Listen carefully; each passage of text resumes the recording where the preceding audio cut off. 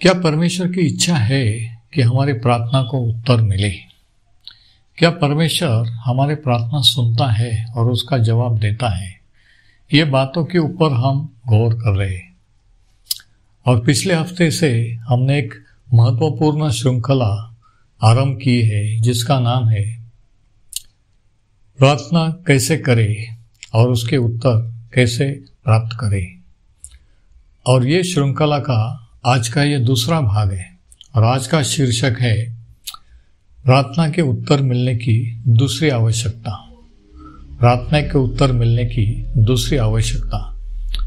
अभी पहले पाठ में हमने ये देखा कि प्रार्थना के उत्तर मिलने से पहले, परमेश्वर के सामने आने के पहले, वो कैसा परमेश्वर है और कैसा नहीं है वो हमको मालूम होना चाहिए। यानी उसके बारे में योग्य दृष्टिकोण, योग्य छवि हमारे मन में चाहिए। बहुत से लोगों को परमेश्वर के बारे में गलत फहमी है। बुरा हो तो वो बोलते कि परमेश्वर ने ऐसा क्यों किया, ऐसा नहीं करना चाहिए था। तो परमेश्वर अच्छा है कि कैसा है, ये जब तक हमको क्लियर कट मालूम नहीं होता, हम उसके आगे आके दुआ या प्रार्थना नहीं कर सकते। और यीशु मसीह दुनिया में आने का एक उद्देश्य ये था कि परमेश्वर कैसा है वो प्रकट करे, और उसने वो प्रकट किया। ये क्षमा करने वाला है, चंगाई देने वाला है, मुक्त करने वाला है, पापों की क्षमा करने वाला है वगैरह। यानी वो एक पिता है और वो एक अच्छा पिता है। उसके पहले पुराने नियम में किसी ने भी परमेश्वर को पिता नहीं कहा था। सिर्फ यीशु मसीह दुनिया में आने के बाद उसने ये प्रगटीकरण, ये दिव्य सत्य प्रकट किया कि परमेश्वर एक पिता है और वो एक अच्छा पिता है। अभी पिता क्या करता है? जन्म देता है। पिता क्या करता है? ख्याल रखता है। पिता क्या करता है? जरूरतें पूरे करता है। पिता क्या करता है? संभालता है। तो जब हम बोलते हैं कि परमेश्वर एक पिता है और अच्छा पिता है, तो ये सब बातें वो करता है, ऐसा उसके वचन में लिखा है। तो ये दृष्टिकोण हमारा परमेश्वर के बारे में होना चाहिए प्रार्थना करने से पहले। नहीं तो लोग बोलते कि क्या मालूम प्रार्थना का उत्तर मिलेगा क्या, या हमारी प्रार्थना वो नहीं सुनता, पास्टर जी आप प्रार्थना करो, ऐसा कुछ भी बात हम बोलने लगते हैं, क्योंकि हमको मालूम नहीं कि एग्जैक्टली परमेश्वर कैसा है, कौन है। तो ये प्रार्थना के पहले ये बात समझनी जरूरी है। दूसरी बात हमने जो देखी पिछले स्टडी में ये कि यीशु मसीह पर विश्वास रखने से नया नियम ऐसा सिखाता है कि परमेश्वर का उद्देश्य ये है कि हमको राजा और याजक बनाए, और उसने हमको सिर्फ मसीही नहीं, विश्वासी नहीं, राजा और याजक बनाया है उसके राज्य में। ये भी हमने देखा। अगर आपने वो पहला भाग नहीं सुना तो आप YouTube पर जाके वो पहला भाग सुन सकते हैं। उसका ये कंटिन्यूएशन दूसरा भाग है। तो राजा क्या करता है? राज्य करता है। तो हमारी जिम्मेदारी मसीह या विश्वासी होने के नाते राज्य करना है। और दूसरी बात, हम याजक है। तो याजक का काम क्या था? जिम्मेदारी क्या थी? लोगों के लिए प्रार्थना करना, याचनाएं करना। तो ये हमारी भी जिम्मेदारी है, राज्य करना और प्रार्थना करना। और जब तक हम प्रार्थना करना नहीं सीखते, याजक का काम करना नहीं सीखते, याजक की जिम्मेदारी क्या है वो हमको नहीं मालूम, तब तक हम राजा बन के राज्य नहीं कर सकते।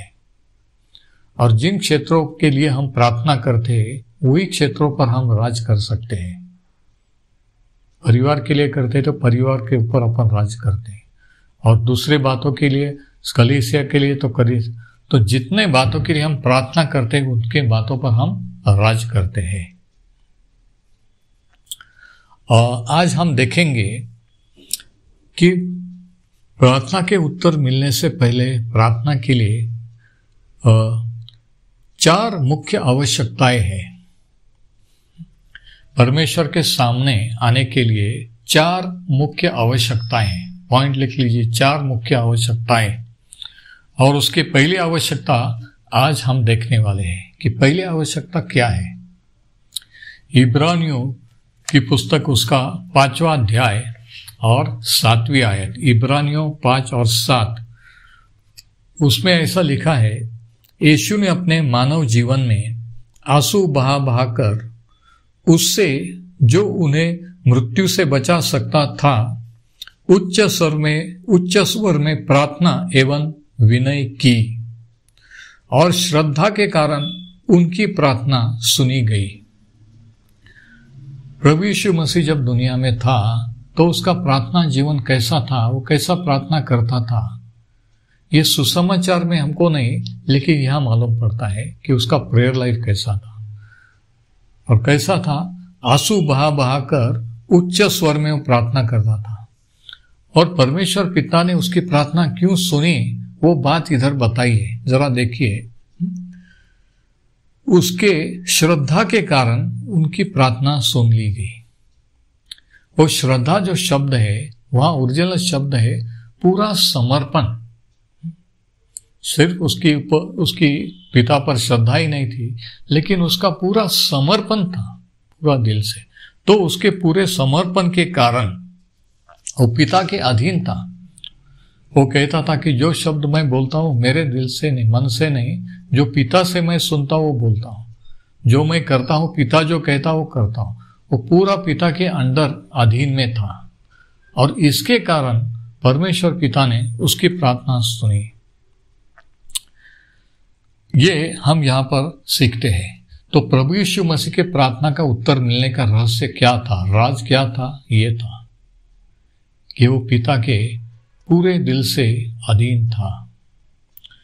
फिर जब क्रूस पर जाने का समय आया तब उसने कैसे प्रार्थना की, उसके पहले हम पढ़ते मत्ती सुसमाचार उसके 26 के अध्याय और 39 से 42 तक, मैथ्यू 26:39 to 42। यहां पर जो गेत्सेमने बगीचे में यीशु मसीह ने प्रार्थना की तब क्या कहा, ये लिखा है। तब वो थोड़ा आगे बढ़े और मुंह के बल गिरकर प्रार्थना करने लगे, मेरे पिता, यदि संभव हो तो ये दुख का प्याला मेरे पास से हट जाए, तो भी जैसा मैं चाहता हूं वैसा नहीं, वरन जैसा तू चाहता है वैसा हो। जब वो शिष्यों के पास लौटे तब उन्हें सोते पाकर पतरस से बोले, मेरे साथ 1 घंटे जागने की भी सामर्थ्य तुम में नहीं। तुम सब जागते रहो और प्रार्थना करते रहो कि परीक्षा में न पड़ो। सुनो, प्रार्थना क्यों करनी चाहिए? परीक्षा में हम न पड़े इसके लिए। पर आत्मा तो तैयार है पर शरीर दुर्बल है, ये हमारा प्रॉब्लम है। आगे सुनो, वचन 42।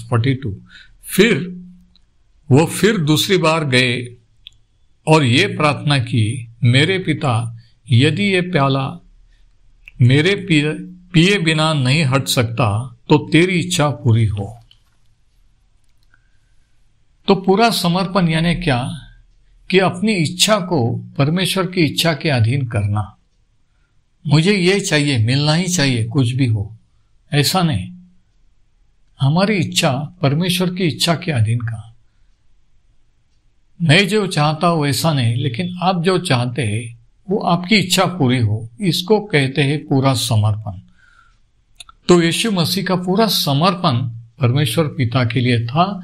इसके लिए परमेश्वर पिता उनकी प्रार्थनाओं का जवाब देता था। अभी ये कहने के लिए क्या प्रॉब्लम है, क्या समस्या है कि हमारी इच्छा और परमेश्वर की इच्छा के अधीन करना? क्योंकि हमारी इच्छा अलग है, परमेश्वर की इच्छा अलग है। उसका वचन यह कहता है कि जैसे आसमान पृथ्वी से ऊंचा है, वैसा हमारे विचार, हमारी इच्छा और कल्पनाएं है। तो प्रॉब्लम क्या है? क्यों हम ये नहीं बोल सकते कि मेरी इच्छा नहीं, आपकी इच्छा? क्यों हमको ऐसा लगता है कि हम जैसे प्रार्थना करते वैसा ही होना चाहिए? क्यों नहीं हुआ? बोलो पास्टर साहब, हमने इतना प्रार्थना की, हम इतना उपवास करते, ये वो करते, तो क्यों नहीं होता है? उसका ये प्रॉब्लम। तो ये समस्या का उत्तर हमको इफिसियों 4 में मिलता है। पौलुस ने इफिसियों की पत्री में उनको जब लिखा तब उसने क्या लिखा देखिए।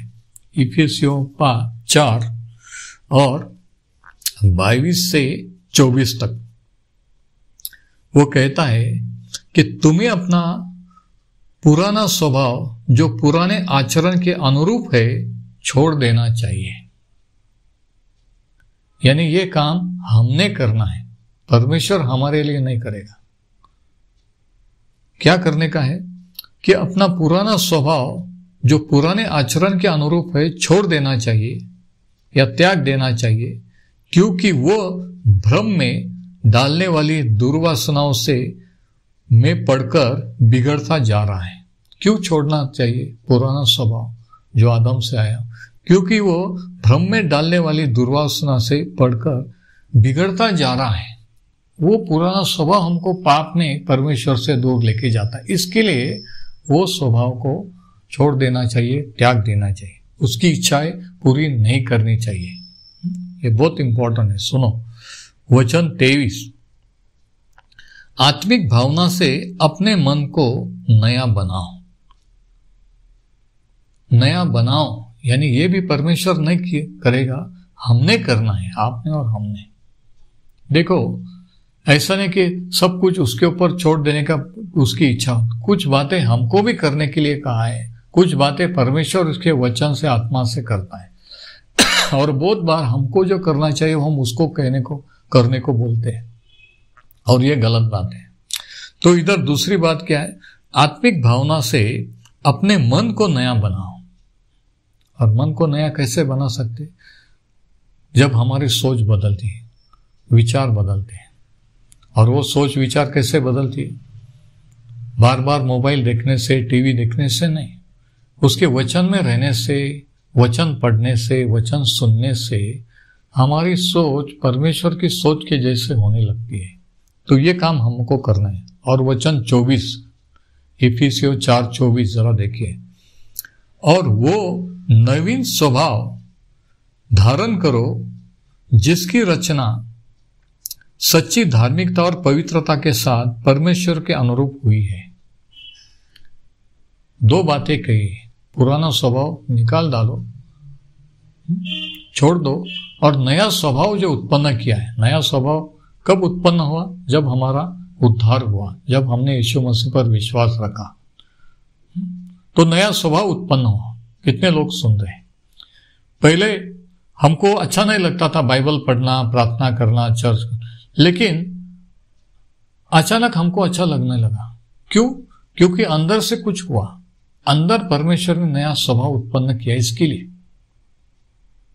तो इसके लिए उद्धार अंदर से बाहर है, बाहर से अंदर नहीं है। जब अंदर बदल होता है तो बाहर उसका प्रभाव हमको दिखने को मिलता है। तो 2 बातें, पुराना स्वभाव छोड़ना चाहिए और नया स्वभाव को पहनना चाहिए, धारण करो। क्यों? क्योंकि नया स्वभाव क्या है? उसकी रचना सच्ची धार्मिकता और पवित्रता के साथ परमेश्वर के अनुरूप है। और वो नया स्वभाव हमको यीशु मसीह के जैसे बनाता है। और जो कुछ आशीष, जो कुछ हमारा वतन परमेश्वर ने हमारे लिए रखा है ये दुनिया में, वो हम नया स्वभाव के द्वारा प्राप्त कर सकते हैं, पुराने स्वभाव से नहीं। आमीन। तो मेरी इच्छा नहीं लेकिन आपकी इच्छा पूरी हो, ये बात बोलने में दिक्कत क्या है, प्रॉब्लम क्या है? पुराना स्वभाव। और उसके ऊपर इलाज क्या है कि वो स्वभाव हमको छोड़ना चाहिए और नया जो स्वभाव है, जो धार्मिकता पवित्रता से है, उस स्वभाव को धारण करना चाहिए। हमारे मनों को नवीन करना चाहिए। हमारे विचार परमेश्वर के वचन के द्वारा पढ़ने से, सीखने से बदलने लगते हैं। वो करना चाहिए और ये काम परमेश्वर नहीं करेगा, ये हमको करना है।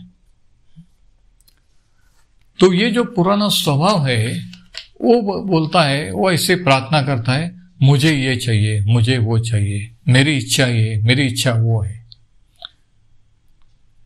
और वैसा हम प्रार्थना करते हैं।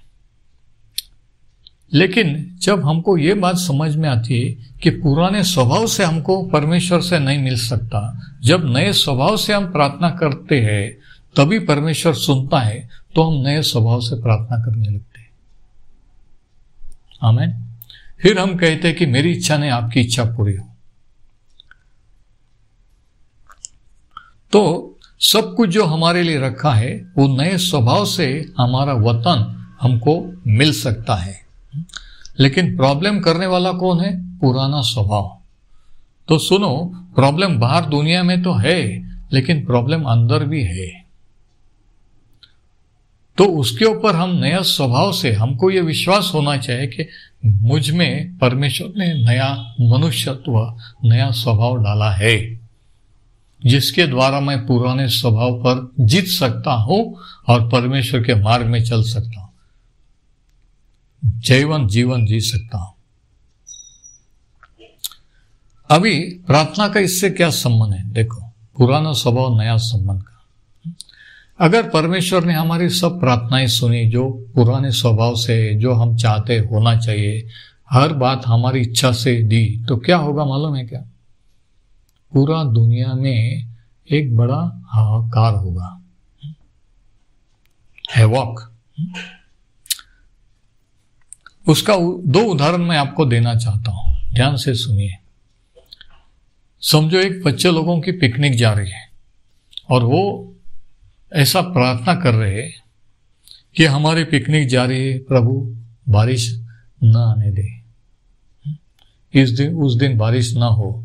ऐसा वो विश्वासी बच्चे लोग प्रार्थना कर रहे हैं। और दूसरा उदाहरण यह है कि एक किसान जो विश्वास करने वाला है, या कुछ किसान विश्वास करने वाले मसीह किसान ऐसा प्रार्थना करे कि प्रभु हमको बारिश दो,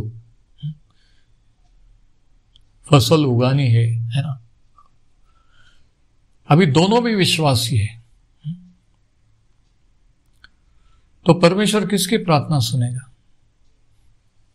परमेश्वर हमारी प्रार्थना के सुनने के लिए प्रतिबंधित नहीं है। परमेश्वर अगर हमारी प्रार्थना नई मनुष्य से है और परमेश्वर की इच्छा मांगते हैं, तभी वो प्रार्थना सुनता है। तो जब हम मांगते हैं और फिर बोलते हैं कि मेरी इच्छा से नहीं आपकी इच्छा से हो, तो वो प्रार्थना परमेश्वर सुनता है। समझो कि दो राष्ट्र आपस में युद्ध कर रहे हैं और दोनों देशों में विश्वासी लोग हैं, और दोनों देशों के लोग प्रार्थना करें कि प्रभु हमको जय दो। कौन से देश को जय मिलेगा? जो लोग ये प्रार्थना कर रहे हैं कि प्रभु आपकी जो इच्छा है वो पूरी हो, वो प्रार्थना परमेश्वर सुनेगा। तो ये बात ध्यान में रखना जरूरी है कि परमेश्वर हमारी हर एक बात के मुताबिक उत्तर नहीं देता, क्योंकि कभी कभी और बहुत बार हमारी प्रार्थना पुराने स्वभाव से होती है। पुराना स्वभाव जो चाहता है वो हम मांगते हैं खुद के लिए, है ना, हमारे लिए, मेरे लिए, मेरे परिवार के लिए, दूसरे के लिए। तो हमारा सब फोकस हमारे ऊपर रहता है, हमारी इच्छा पूरे होने के ऊपर रहता है। और कुछ लोग तो गुस्सा हो जाते हैं कि हम इतना प्रार्थना करें फिर भी परमेश्वर नहीं सुनता है। मैं आपको कहता हूं, कुछ विश्वासी लोग अभी भी गुस्से में है परमेश्वर के ऊपर कि उसने प्रार्थना नहीं सुनी। तो ये गलत बातें हैं। तो इसके लिए हमको प्रार्थना कैसे करनी चाहिए, कैसे प्रार्थना, कौन से टाइप के प्रार्थना परमेश्वर सुनता है, ये बात समझने जरूरी, तभी हम प्रार्थनाओं का उत्तर प्राप्त कर सकते हैं।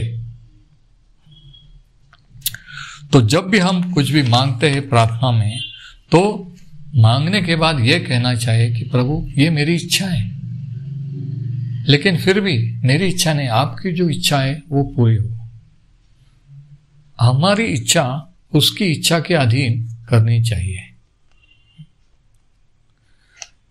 अभी परमेश्वर की इच्छा कैसे, बहुत से लोग ये प्रार्थना करने से डरते हैं। मैं भी एक बार डरता था कि मेरी इच्छा नहीं आपकी इच्छा पूरी हो। मुझे ऐसा लगता था कि ऐसा अगर मैंने प्रार्थना किया, बोला, तो मेरी इच्छा पूरी नहीं होगी। अभी सुनो, कितने अगर आप भी ऐसा सोच रहे, तो परमेश्वर की इच्छा कैसी है, जब तक हमको मालूम नहीं होता कि उसकी इच्छा कैसी है, अच्छी है कि बुरी है हमारे लिए, तब तक हम वो नहीं बोल सकते कि आपकी इच्छा पूरी हो। तो उसकी इच्छा कैसी है? रोमियो 12 और वचन 2। रोमियो 12:2 में लिखा है, इस संसार के अनुरूप आचरण मत करो, किंतु मन के नवीन होने में तुम में पूर्ण परिवर्तन हो जाए। यानी परिवर्तन कैसा होता है? जब मन और विचार बदलते हैं, है ना? तो मन में पूरा परिवर्तन हो जाए, जिससे तुम परमेश्वर की इच्छा का अनुभव कर सको।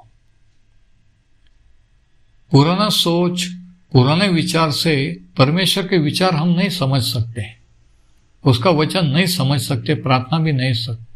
लेकिन जब हमारे सोच, हमारे विचार परमेश्वर के जैसे होते हैं, परमेश्वर के वचन समझने से वो विचार बदलने लगते हैं, सोच बदलने लगती है, तब क्या होता है?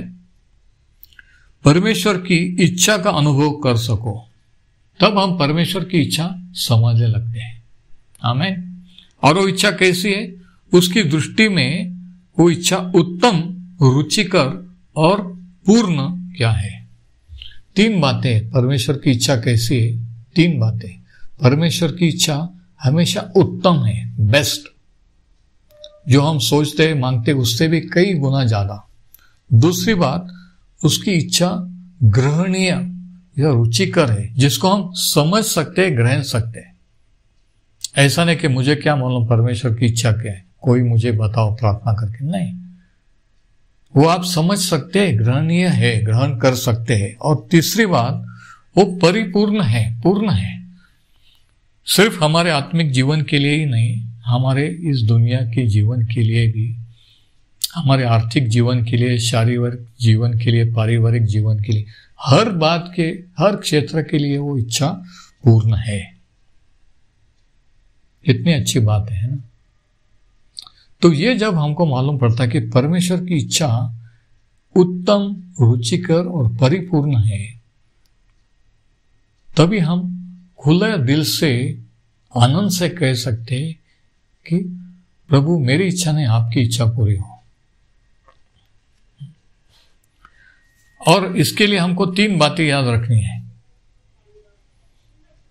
पहली बात यह कि जितना हम अपने आप से प्यार करते हैं, उससे कई गुना ज्यादा परमेश्वर आपसे प्यार करता है। अब ये सच्ची नहीं लगता, लेकिन ये सच है। अब जब कोई बात सच नहीं लगती, तभी समझना चाहिए कि हमको थोड़ा थोड़ा सच समझने लगा है,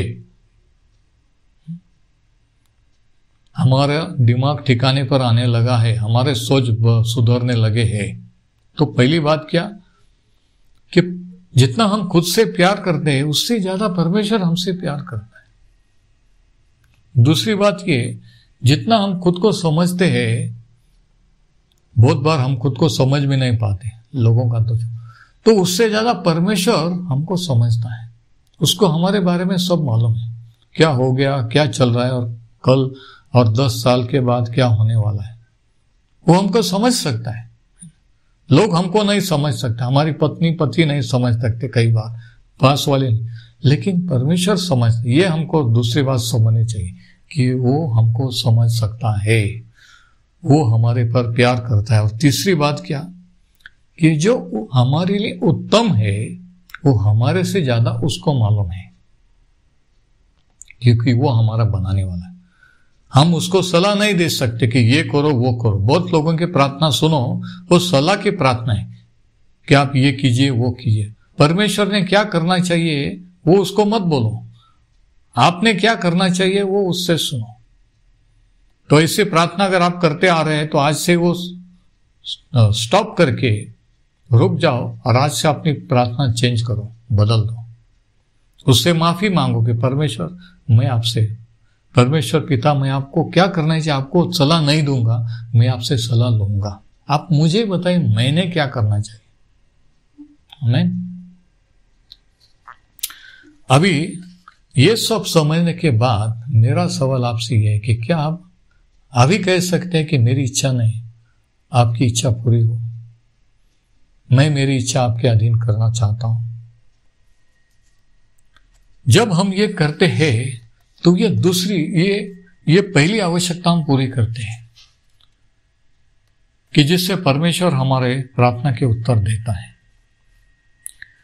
और हमेशा ये बात ध्यान में रखने की कि प्रार्थना इसके लिए नहीं है कि हमको क्या चाहिए वो मिलना, लेकिन परमेश्वर को क्या चाहिए और उसकी क्या इच्छा है हमारे लिए वो पूरी होना।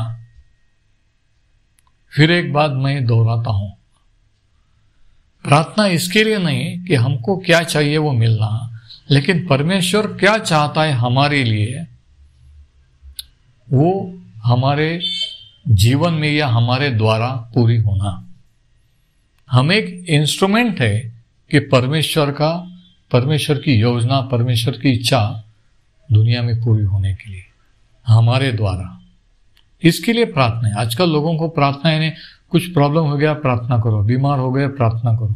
जैसा बीमार होने के बाद डॉक्टर के पास जाते हैं, वैसा उनको लगता है कुछ प्रॉब्लम हो गया तो चर्च को जाओ, जूम मीटिंग ज्वाइन करो, कोई पास्टर को फोन करो हमारे लिए। तो प्रार्थना किसके लिए है, किसके लिए नहीं, यही लोग भूल गए। बहुत से लोगों को मालूम भी नहीं प्रार्थना क्यों करनी चाहिए, किसके लिए की जाती है। तो इसके लिए ये सीरीज में हम ये सीख रहे हैं कि प्रार्थना क्या है, कैसे परमेश्वर हमारी प्रार्थना सुनता है, कैसे मांगना चाहिए, कैसे नहीं मांगना चाहिए। अभी आखिरी रेफरेंस हम देखेंगे इफिसियों 3 और 20। इफिसियों की पत्री उसका 3रा अध्याय और 20वां वचन। और इसमें एक बहुत बड़ा प्रकटीकरण है। अगर आपको समझा तो आप आमीन हालेलुया बोल सकते हैं, और नहीं समझा तो प्रार्थना कर सके प्रभु मुझसे बात कीजिए आपके वचन से। अभी इफिसियों 3:20 में पौल ने क्या लिखा है, सामर्थ्यवान परमेश्वर अपनी सामर्थ्य के द्वारा, सुनो, सामर्थ्यवान परमेश्वर अपनी सामर्थ्य के द्वारा जो हम में कार्यरत है, यानी हमारे में, हम में परमेश्वर का एक सामर्थ्य कार्य कर रहा है। आमीन। कितने लोगों को बात समझ में आ रही है, लेकिन हमको ये सही नहीं लगता। हमारा विश्वास नहीं कि हमारे अंदर परमेश्वर की सामर्थ्य उसने रखी है और वो कार्य करती है। तो बहुत सी बातें ऐसी है कि हमारा विश्वास नहीं होता, हमको सच नहीं लगता। तो यह वचन में लिखा है कि परमेश्वर ने उसका सामर्थ्य हमारे अंदर रखा है और वो सामर्थ्य कार्य करता है, कार्यरत है, हमारी प्रार्थना और कल्पना से कई अधिक कार्य कर सकता है। आमीन। हम जो कुछ मांगते हैं या प्रार्थना करते हैं उससे ज्यादा, कई गुना ज्यादा जो सामर्थ्य हमने रखा है उसके द्वारा परमेश्वर कार्य कर सकता है। नहीं समझे? कुछ लोग समझ रहे परमेश्वर की स्तुति हो। ये बहुत बड़ी बात है कि पौलुस ये कहता है कि सामर्थ्यवान परमेश्वर ने अपनी सामर्थ्य हम में रखी है, और जब हम विश्वास करते हैं कि मुझ में ये परमेश्वर के सामर्थ्य है, वो विश्वास से जब हम मांगते हैं तो हमारे प्रार्थना और विनती के कई गुना ज्यादा परमेश्वर कार्य कर सकता है। आमीन। इसके लिए बाइबल स्टडी के पहले ये प्रार्थना करनी चाहिए कि प्रभु आप मुझसे बात कीजिए, अपना मन का विचार का समर्पण कर, तब पवित्र आत्मा ये बातें प्रकट करता है, तब हम आमीन हालेलुया बोल सकते हैं। तो परमेश्वर की क्षमता हमारे प्रार्थना के उत्तर देने के लिए कई गुना ज्यादा है जितना हम मांगते सोचते उससे, क्योंकि उसको मालूम है हमारे लिए क्या अच्छा है क्या अच्छा नहीं है। उसको मालूम है अच्छी तरह से हम क्या कर सकते हैं क्या नहीं है, और वो हमारे सोच से कई गुना ज्यादा कर सकता है। लेकिन जब हम हमारी इच्छा पूरी होने के लिए मांगते हैं तो परमेश्वर का जी इच्छा है जो उत्तम है और असीमित कार्य करता है, उसको हम मिस कर सकते हैं और परमेश्वर को मर्यादित करते हैं। तो मेरा आपसे कहना यह है कि आपके अज्ञान से या अविश्वास से परमेश्वर की सामर्थ्य को मर्यादित मत करो। विश्वास रखो कि परमेश्वर की सामर्थ्य आपने रखी है और कई गुना ज्यादा परमेश्वर आप में और आपके द्वारा कार्य कर सकता है। हमारा इस्तेमाल करने से पहले, हमारे द्वारा कार्य करने से पहले परमेश्वर हम में कार्य करता है। तो यहां हम आज रुकेंगे कि ये पहली आवश्यकता है कि हमारी इच्छा उसके परमेश्वर की इच्छा के अधीन करना, नए स्वभाव से प्रार्थना करना, उसकी इच्छा मानना पूरी होने के लिए। तो तब अगर उसकी इच्छा को हम रिस्पेक्ट देते, आदर करते हैं, तो जरूर वो हमारी बातें सुनता है। और यही प्रभु यीशु मसीह के प्रार्थना के उत्तर मिलने का राज था। परमेश्वर आपको आशीष दे।